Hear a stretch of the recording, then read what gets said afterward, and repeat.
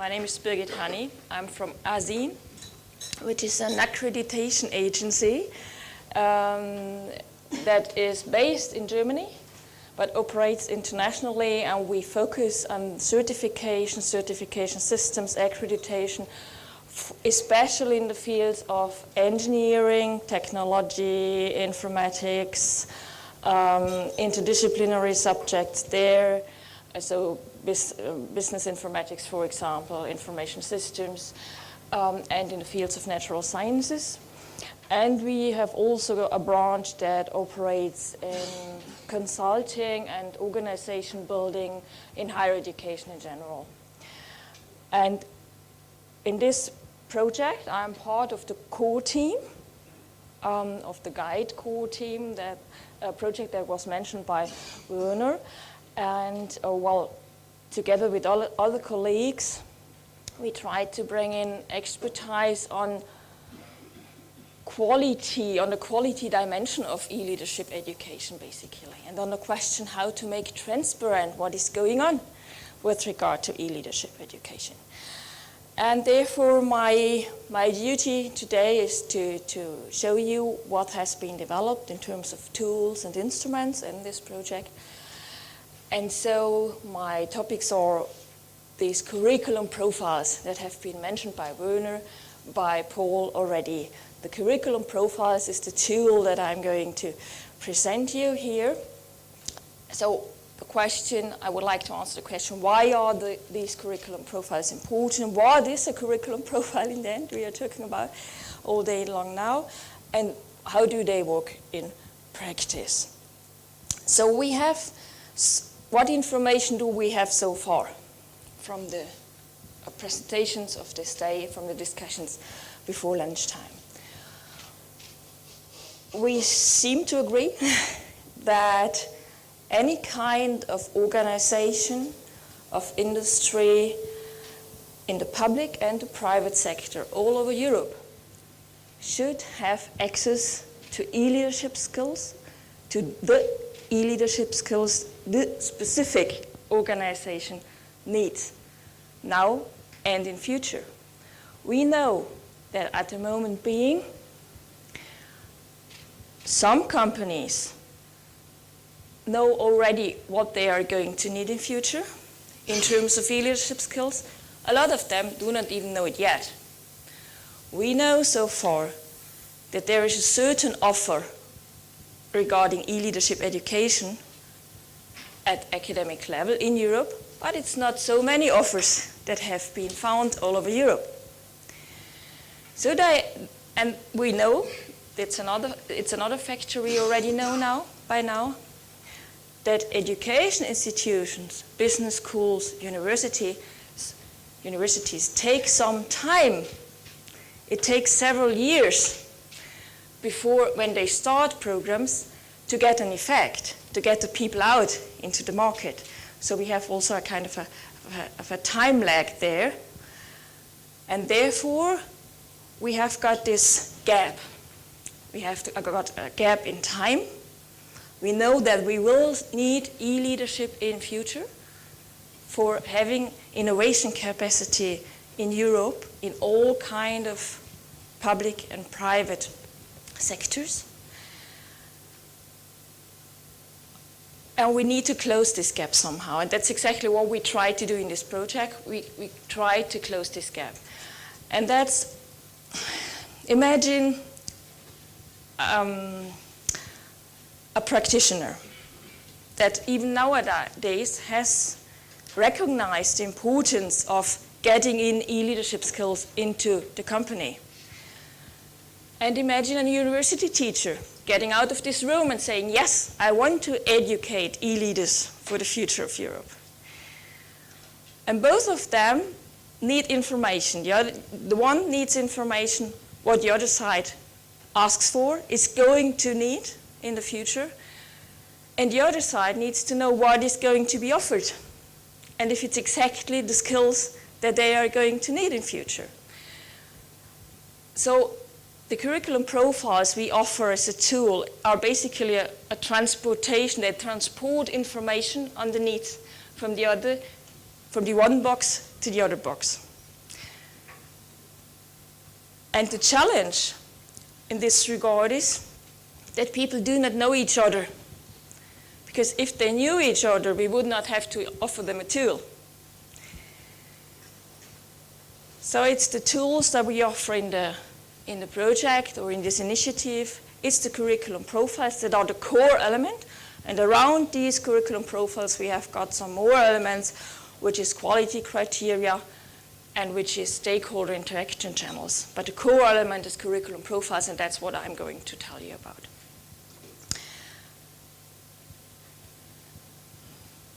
So the big challenge, I've said it, is to connect people that do not know each other and that do not have a communication channel already. Therefore, the main function of this whole discussion, what we do, is to create transparency, to let people know what is out there in terms of offers, of education offers. If a specific training is offered already out there, if skills can be gained in a certain university environment that my own company is going to need. The next function we try to cover with this tool is to make comparable what is offered and what is needed. Because as we have heard today, this is not just a question of finding one solution in terms of one education program that would fit all over Europe and would fit all different needs all over Europe. It has also to do with respecting or with finding answers and solutions for specific sectors, for specific branches, for specific regions, for internationally operating, for bigger, smaller companies and organizations, for public or private operating, depends on the financing models, whatever. So it's not a one-fits-it-all solution that will be created out there by universities. Therefore, we need a tool making comparable in terms of skills that are gained in single different programs. And with this, there should at least be created the grounds, the basis for creating trust, for offering trustful solutions in higher education, in professional education or executive education, as you call it here, so that trust can be built into certificates, into the skills that are gained in education. So far, I think Paul has mentioned it already. 3 curriculum profiles have been defined. So we have got a little portfolio that is already offered. And this is business and enterprise architecture. You have been discussing it before lunch, the importance of having someone in the company that knows the big picture and that is a permanent staff members and not just brought in as a consultant. It's a curriculum profile named Innovation and Transformation through ICT. Paul, would you like to jump in here and to give a short reason why exactly this curriculum profile has been agreed on? It does make the assumption that the CIO, because of the association I work with, would be the driver of innovation and transformation. Now, I think that was a little bit, arrogance is not the right word, but I think quite often someone at C level in the organisation can be the one who is actually driving that transformation. So while I said that yes, it is very much a CIO type of curriculum profile, it's aimed at whoever in the organisation is the driver of innovation, is the driver of transformation.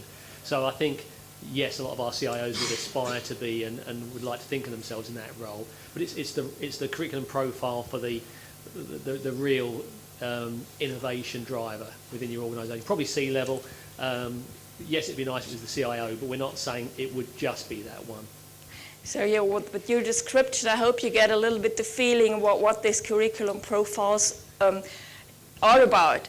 So there is 3 at the moment, and each of these 3 describes the specific skills, the specific learning outcomes in terms of knowledge, skills, competences that are needed for, it's not rather roles, but it's functions, basic functions in e-leadership, if you want so, in companies. The third one was information security governance. It might not be necessary to discuss why information security governance is one of the three that has been chosen to be defined as one of the first in the portfolio. It's kind of public awareness that arose all over the world over the last year. So and these three curriculum profiles were endorsed by EuroCIO as being the three to start the portfolio with, and therefore I have asked Paul to describe a little bit why one of them was decided, the ICT profile was decided to be presented. And what is important is that they all focus on learning outcomes and competences. So they do not tell higher education institutions how to drive to Rome, but that to drive to Rome.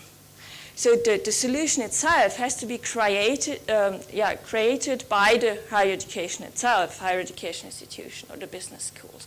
But it states where to go in terms of learning outcomes and objectives. A skills profile is described.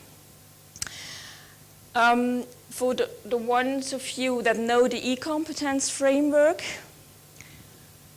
the skills that are described in the e-competence framework and that fit with the area that is covered in one of the curriculum profiles have been matched. So they match, they have been used. The e-competence framework has also been used for describing this specific e-leadership learning outcomes settings. So what does a curriculum profile look like? It is a structured document. It has got a kind of a table format. It has got a title. It has got a rationale in it, so it explains what the reason behind this specific curriculum profile is. It contains sample roles, what Paul has been describing for the innovation one. It contains the learning outcomes, which is the core part, the central part of it. It contains core content example, learning experience examples, and competence and understanding mapping towards the ECF. So that's what a profile of a curriculum looks like that is presented.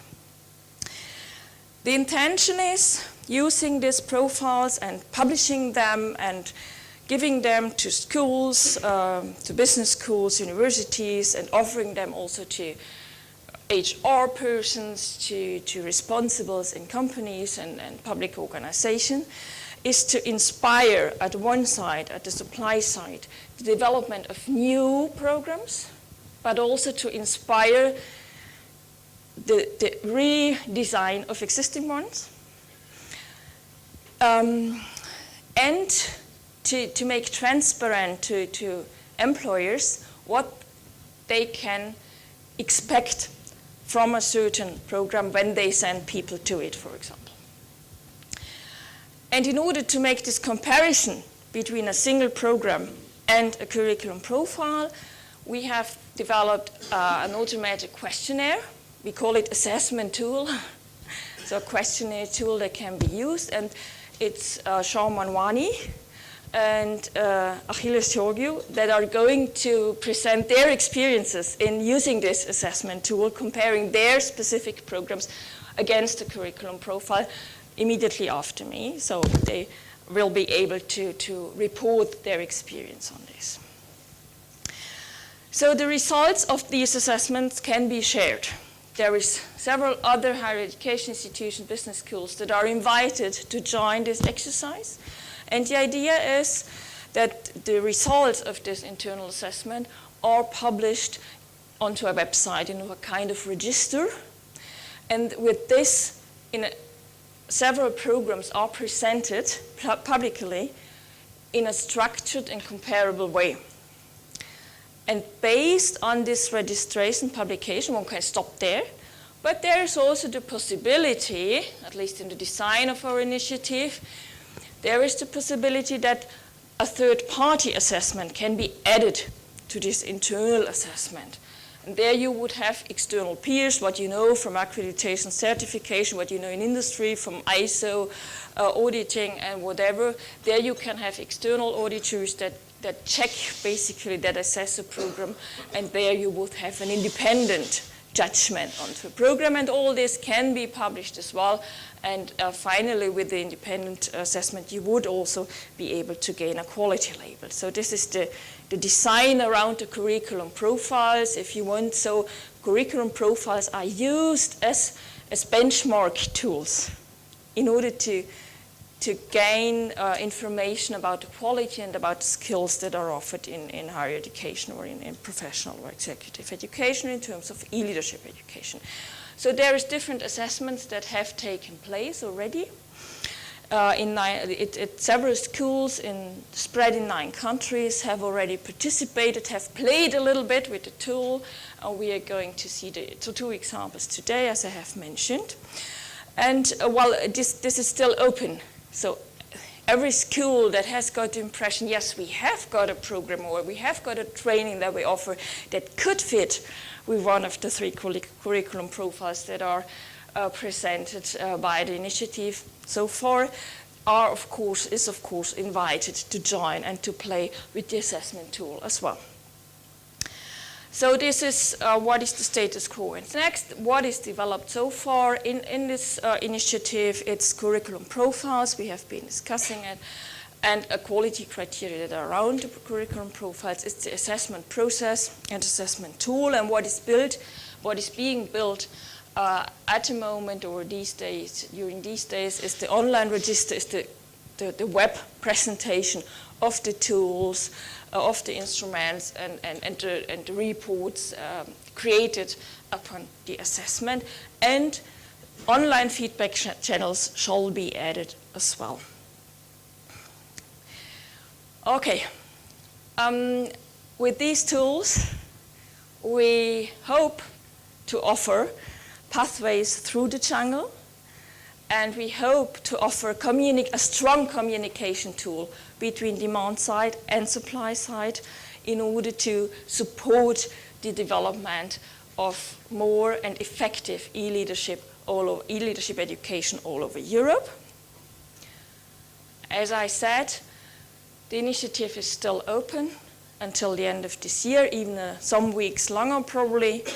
It's open to education institutions, to employers that want to comment onto the curriculum profiles, because we have had already the one and the other event like this, and there were employers, there were also university representatives telling us, listen, I think you need another curriculum profile. It's not enough with the 3. So also this kind of input is very, very much welcome. And Paul will take note. And so please send a notification of interest if you are interested in. Thank you for your patience, for your interest, and yeah, good discussions. Okay, good afternoon everyone. I'm delighted to be here in Budapest, which is actually my 3rd visit. In my first visit, I was wearing a particular hat of the demand side. So when we looked at the ecosystem and we saw the demand side and the supply side and the intermediate side, then I was wearing the demand side as a European CIO of Diageo, which is the largest drinks company in the world. And I met with the Hungarian IT director, and we had some really good meetings about how we could develop new applications, new systems, new business processes in Hungary. And then in my second visit was 8 years ago. When I was a European CIO, I did my MBA at Henley, so again the demand side of education. And then on my second visit, I was actually now teaching on the MBA program, and I had 100 people from IBM. Interesting organization, of course, IBM. I think do we have the representative from IBM today? Yes. So IBM, of course, if you try and teach information management to IBM, they somehow think they know quite a lot about this topic. And some of our my academic colleagues were rather fearful, really, of doing this topic. I mean, fortunately, as a European CIO, I'd worked with IBM, and so it was a little bit easier. So this was a second visit on the supply side. And on this particular occasion, of course, it's representing demand, supply, and the intermediate position that Birgit described. So one of the things I see in e-leadership, of course, is that things don't always go right. So this presentation has already changed from the one that we loaded earlier. It's a slightly different presentation than the one we loaded earlier. Maybe it's a previous one, but never mind. I will adjust and adapt as an e-leader needs to do, and I will work with this other presentation. So here's what we're going to cover. We're going to look at essentially the why and what of e-leadership. Mostly on the what, because I think we've heard a lot about why e-leadership. And I want to reinforce what Birgit's been talking about with the curriculum profiles by focusing in specifically on business enterprise architecture. Now that sounds like quite a long, convoluted title, but really it's about how do you design a business. And who is responsible for designing a business? Well, I have a very simple message when I go to talk to organizations. If the CEO does not delegate that responsibility, then the CEO is the business architect. So that's the message when we go out, whether we're a CIO, a chief digital officer, whatever, we should be working with the CEO and saying, how do you want to design your organization? How can I help you do that? And then finally, I want to finish really with some lessons for stakeholders. So we know this, if organizations can't transform their business models, they can't survive. Why do we know that? Because we see lots of organizations that failed. And I've seen some of those organizations in my experience as a professor, as a consultant. Fortunately, when I was working for organizations, they actually survived rather than failed. So you get to see why it works and why it doesn't work. And one of the things, the messages I would have for any CIO is never do an IT transformation. Now that might seem a bit bizarre. Why would you say to a CIO, never do an IT transformation? The reason is that IT transformations take a long time. They're complex, they're costly. What happens during that period? The business changes, the business model changes, the operating model changes. So one thing I learned from my experience is that Diageo and Electrolux is always connect the IT transformation to a business transformation. But to do that makes it very difficult, and that's why these ET leaders are hard to find. Now, all the surveys say that there's lots of them fail. We have one here, 72% of organizations fail to transform. And I would argue the reason that they fail to do so is because e-leadership is so difficult. Whether you describe it as a three-legged beast, I can't quite get my head around that image. The fact is, combining the digital business opportunity with what's happening in terms of the business opportunity and then linking that through and having the leadership skills is very difficult. And it's particularly difficult because of stakeholders. And stakeholders, of course, also apply in this e-leadership education system. And I think we'll touch on those three as we go through. What about Henley? Henley is a beautiful business school in a lovely location by the River Thames. It's the home of the Henley Regatta, some of you may know about. And it's one of the reasons why I transferred from academia, or transferred from being a CIO to academia is because of this wonderful location. We have a strong heritage in e-leadership. We didn't call it e-leadership, but in terms of what we called our hybrid MBA program, which is business and IT, that was 20 years ago. We have do a lot on strategic change leadership, and we embed and transfer e-learning. So we're very much about combining theory and practice. Earlier, someone said about emotional intelligence. How do you measure that? Well, we had a professor who actually specialized in emotional intelligence and developed instruments for that. One of the things he said is, to get into an organization, you need a high IQ. To succeed in an organization and get to a certain level, you need a high MQ, management quotient. But if you want to get to the top of an organization, you need a high EQ. And they did this analysis quite successfully in showing this relationship. And I think it's summed up very nicely by this quote: to think is easy, to act is hard, but the hardest thing in the world is to act in accordance with your thinking. So that idea of practice and theory, I would only modify it a little bit. and to say that I don't think is actually easy. I think it's not very easy. And actually, good theory, is hard and it's very powerful. So let me tell you just about some of the programs we've been developing over the last 7 years at Henley.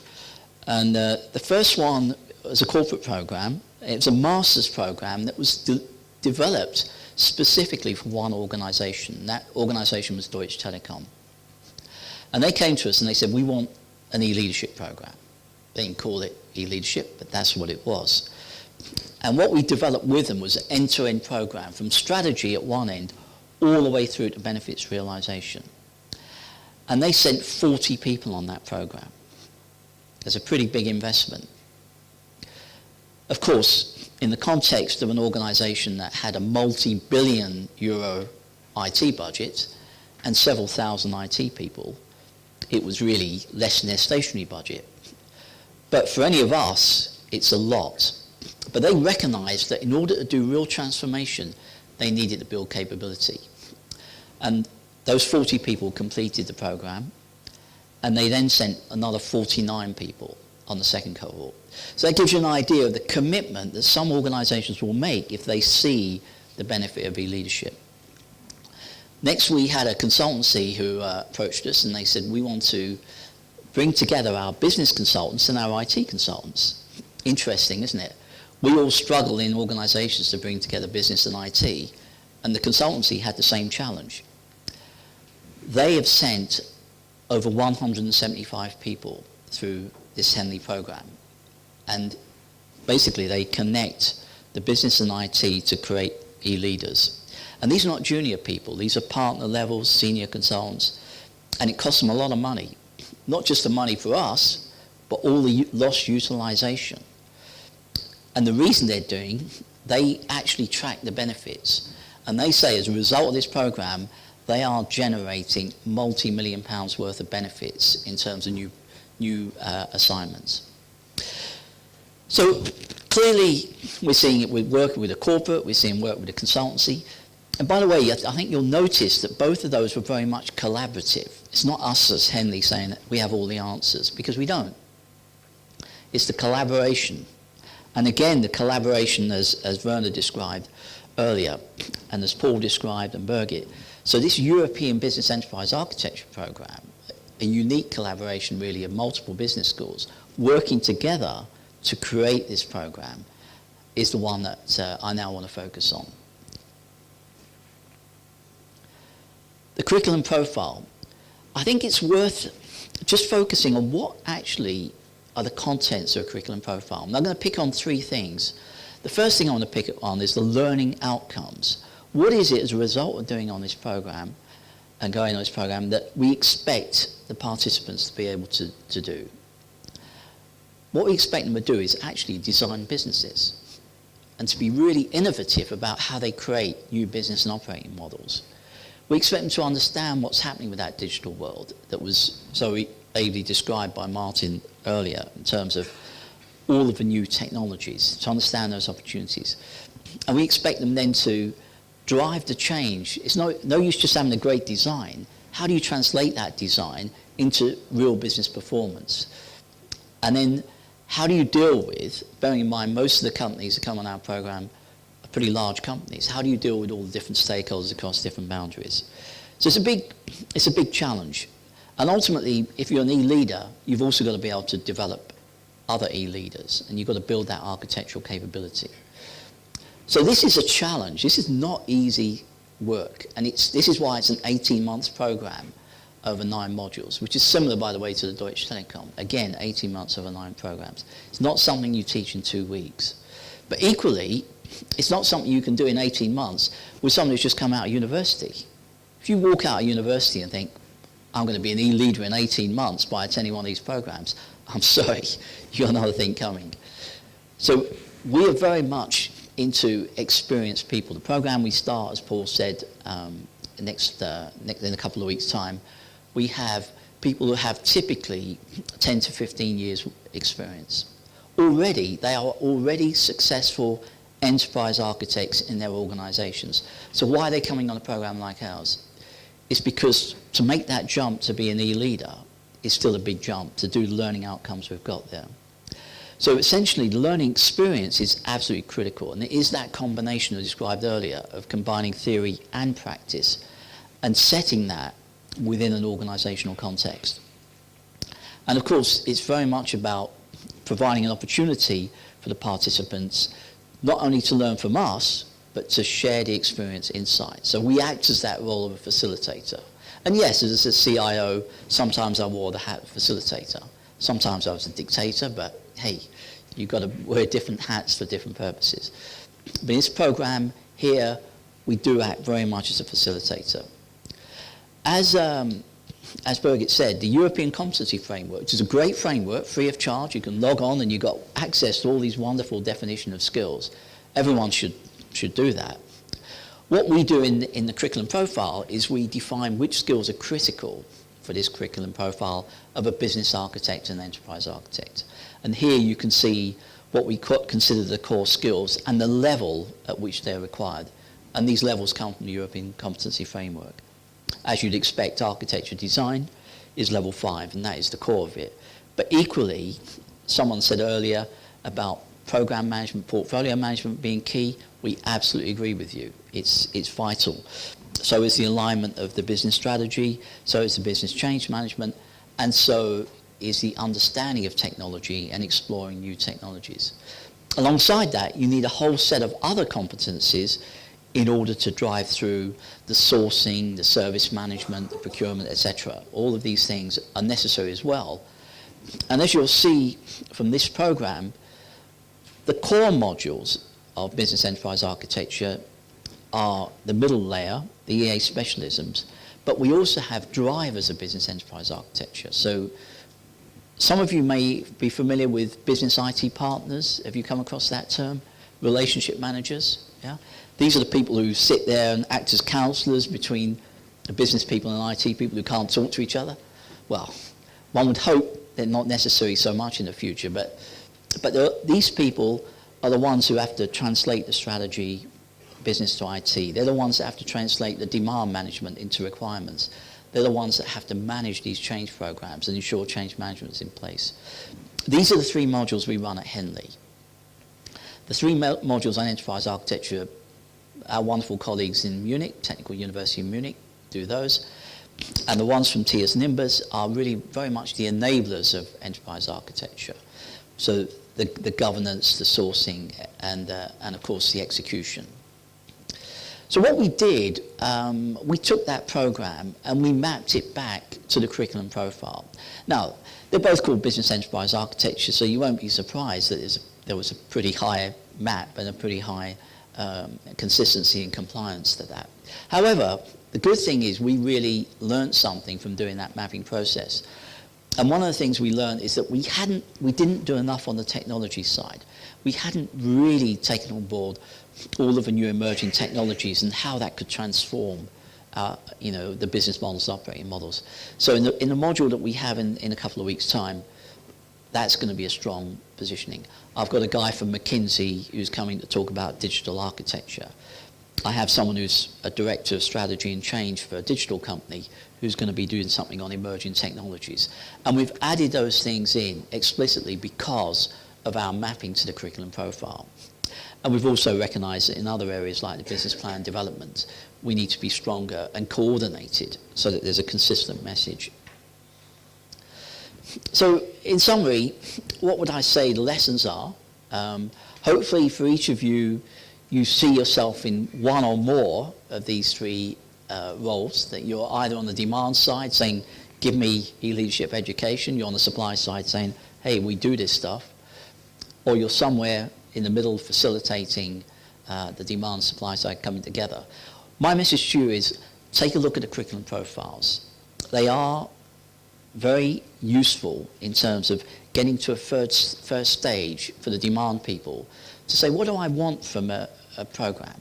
When Deutsche Telekom came to us and they said, look, we have an idea of what we want, and then we shaped it with them. This gives you that starting point. Instead of you having to work it through, here's a starting point. Don't accept it necessarily as being gospel. Challenge it, come back, let Werner know, let Paul know and say, We think it also needs to be this or should be included there. Not sure if you'll thank me for that, Werner, but I would say challenge it. Challenge the challenge the curriculum profiles from a demand perspective. On the supply side, great starting point. If you're designing a new program, you can also take a look at it. If you've already got an existing program, you can do as Birgit described. You can use the assessment tool to match and see how well you perform.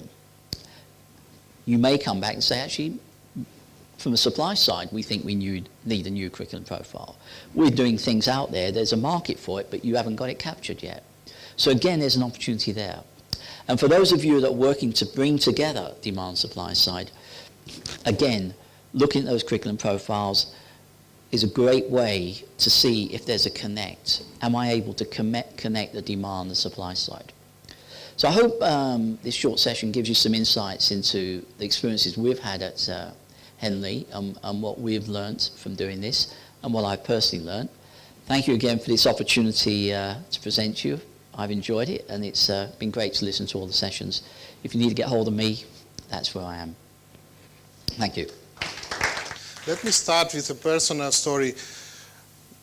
A few months ago, there was an event in kindergarten, and I said I will be a father who will not take videos with phones and iPads and things and sit down and enjoy.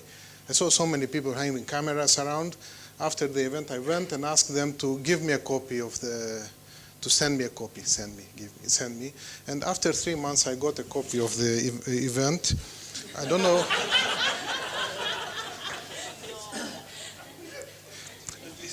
It was not easy to explain to my kid what is this.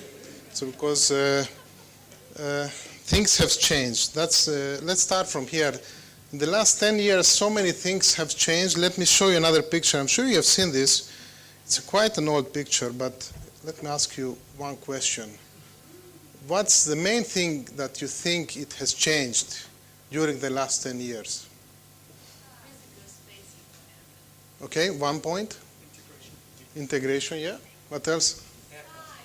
Size. So all of these things you see there can fit in my pocket here or even more than what you see. The other important thing is what? You didn't mention the most important thing. Some of my students might know. All the things you see in the picture, everything, is now, today, has been digitalized. So nothing is analog anymore. Everything, even the money in his pocket, you don't see the wallet, but the money he has in his pocket is also digitalized. So that's what has changed during the last 10 years. It's the first time in history when, let's say, the academic world is kind of behind of how the evolution has gone. So things we use for fun at home, smartphones and smart equipments, I'm sure you all have smart things, something with you, has now been moving towards our business environment. Bring your own device, they'll say. And earlier it was, I had a new nice laptop and I took it home and everybody says, wow. And I take my computer from IBM at home and everybody say, wow. So there is a big slight difference during the last 10 years. Let's see what has changed. The new era, which EDC, you have also presented in the beginning, that there are some emerging technologies like mobile, cloud, social, and Internet of Things that have come around. But what is around of that is big data, and I have Norbert, my colleague here, who can explain, talk about 2 days only about big data. But big data is like an umbrella over of those new emerging technologies. We can say data has become the new natural resource, and technology is the way how we can leverage that. That's why we could say that technology is so important nowadays for everyday business. And why the impact of this is so huge, I believe it's because of the joint outcome of these emerging technologies. None of the technologies is questionable anymore. We can all accept and know what is cloud. We all know what is social, mobile, and Internet of Things. But the correlation and the cooperative impact of those will have a huge impact also in the business in the future. We are not yet there. We are yet maximum here at this point of time. So the person, I believe, We are in a very early stage, and definitely we will still have a long journey in front of us. Let's see some more examples. You have already mentioned that technology has become the #1 external impact factor for business. There is no business without technology anymore. So even a bakery has to have IT to run, to make properly the baker every day. Technology is the #1 external impact factor based on the outcome of the series of CIO studies, and not only on the CEO studies, but all C-level people do believe and share the same opinion. So that's why we have given this as a wording to our program, that we would like to help our students to turn technology into business advantage, to be able to survive in this complex environment, and to be those who are boosting up the business of their organization. Some slight inputs about this. As Werner said, we are one of the programs which is during the assessment. I think we are not in a red stage, but maybe a higher level already. But I will give you some insights how when I did the assessment in the summer, how I saw it. Our main message and objective is to help our students establishing a bridge between IT and technology. Technology is not a black box anymore. It can be opened. If you see half of the CIOs I know are financial people. Even Ferenc Alfodi, who was presenting, he's pure finance guy. He has no technology background. I don't know our other CIO fellows who has IT background and who has finance background. But if you see, half of them now, even nowadays, are pure finance people. Technology behind is not so difficult. So it's like, not the technology is a barrier of the evolution, but maybe the human aspect. We can say, for example, I usually say that you can build a boat within a year. You have an intercontinental ship, you can build it within a year. That's the maximum time they get to build a boat. But to get the captain drive that boat or ship that boat, you need to teach him about 30 years to be able to sit in the cockpit. I don't know how you call it. So that's a difficult thing, how to transform the so-called e-leaders. And since the time is not so long since this problem has risen a lot, the e-leaders, you can see e-leaders only during the last 10 years or so. Let me give you some more inputs about our program. We strongly believe that we should go top-down. We are going top-down and trying to be in a holistic way, and touching tools, processes, and people, all three aspects of how to be able to leverage technology. Because this is like a life cycle, that processes are followed by people, those people who are using the tools, which tools are automating the processes. So this is a life cycle, and you have to have all three aspects in place, balanced out. Another important thing is when I say balance, I always try to use this balance in different aspects. And also for our program, we have defined some balances. First balance is academic world with the business world. We try to find a healthy balance between the two by having great academic people teaching in the program and the top of the business people also coming as adjunct teachers or guests, lecturers or guest speakers, or even participants in a role play, because we strongly believe in active-based learning. I have some students who can ensure this, that it was good feeling to have role play situations, real life situations brought into the class and giving them more energy to go out later in the field. Another balance is to find the healthy balance between technology and business. This is already, I mentioned you. The program is local and global. It means that we have healthy level of people coming from the local market, but since the CU it's the attractiveness of the business school, it's a global. Usually we have students from all over the world. I have Nizar here, who, I don't know, you came from quite far away. And we had students who were coming from more than 5,000 kilometers to the school just to learn here. We try to use this mixture of students because it's so very good also to get soft skills, to learn how to communicate with different cultures, with different people, always in the language of technology and around technology.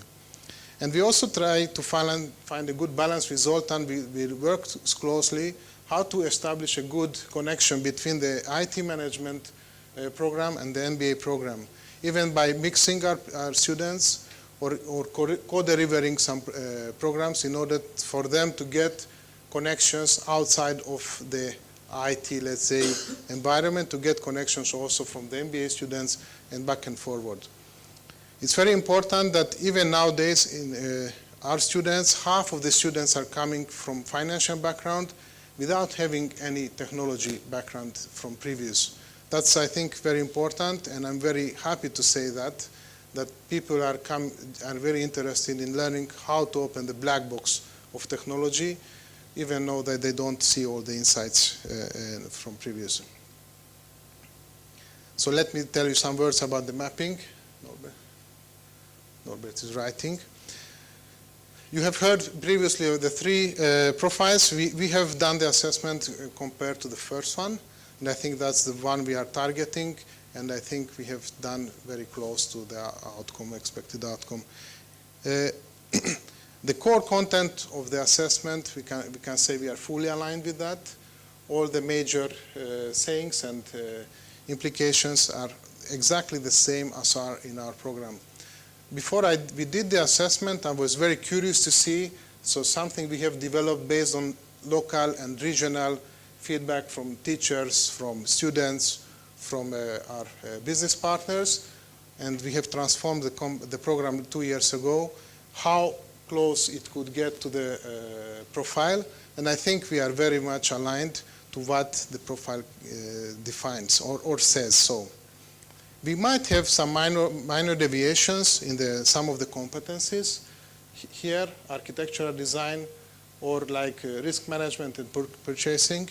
I could say those for the first top part was not our primary objective, and I'm still very, very skeptic whether we should go more deeper in this area or not. I don't want to lose those students who are coming from business side if this gets too much techie, let's say.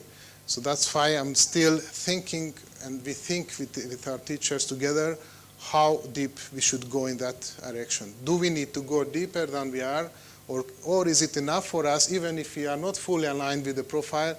I believe there can be a small deviation to keep it on the level where we are at this moment. That's a thing we have not decided yet, but I'm also interested in your opinion. Do people need to get deeper than, although that you don't know the program detailedly, some of you know, but do we need to go in architectural design and very, very deeply in this area?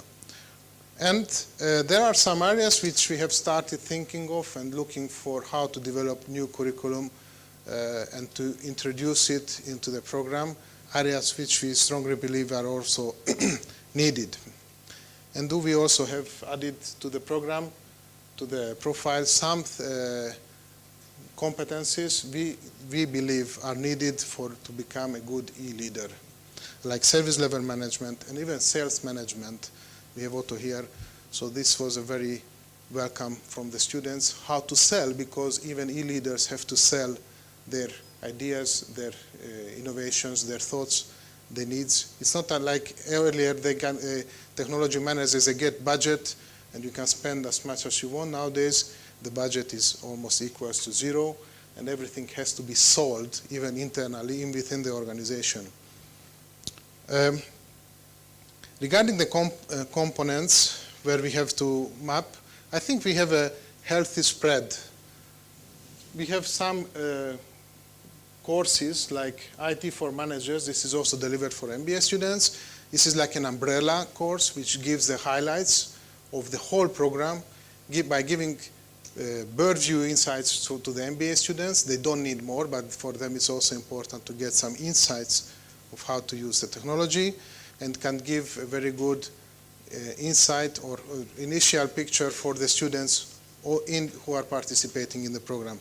And all the other courses we have are covering more or less all of the competencies which are defined by the profile. So I'm really happy, and we can see some which we might be a bit different, going to a different direction, but we will revise and think how and what kind of match could be there.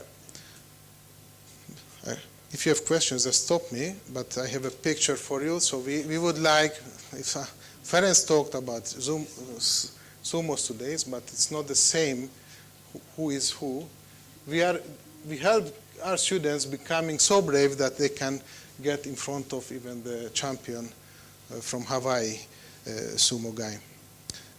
Before I stop and finish, I have some other news for you, from maybe some already know, that we go even further. So we believe there is something even more out there. I talked about big data. It's like big data nowadays is if you try with this glass to drink from this type of fire plant. So I think that's kind of impossible thing. This is the moment of time nowadays that people and organizations trying to get something out of data, which is floating. I don't know if you are Hungarians, you have seen the recent news that there is an innovation in this field that you can prepare a small tool which can help you drink from this fire plant. That's for fun, but the reality, the story which I would like to tell you is that we are in the final stage of getting accredited a new MSc program, which will be an MSc program in business analytics around big data. This is kind of first such a program in Europe, and it's not an easy job because we had to cooperate within the university with different departments like economics, statistics, and management. That's also for those who are coming from the academic field, they know that's not an easy job to be done. And also we have worked closely with business partners like IBM and others who are helping us putting the new course, the new program together, which we start next year. So we are now in the accreditation phase in the US. I hope this will attract different kind of people. I don't know if you have read, nowadays there is a saying that within 2-3 years from now, in each C board of directors there will be a so-called chief data officer. That's a new role, somebody who is helping, not from technological aspect, but just from data aspect, how to do something for their business. That's which we are also very eager to see how it evolves.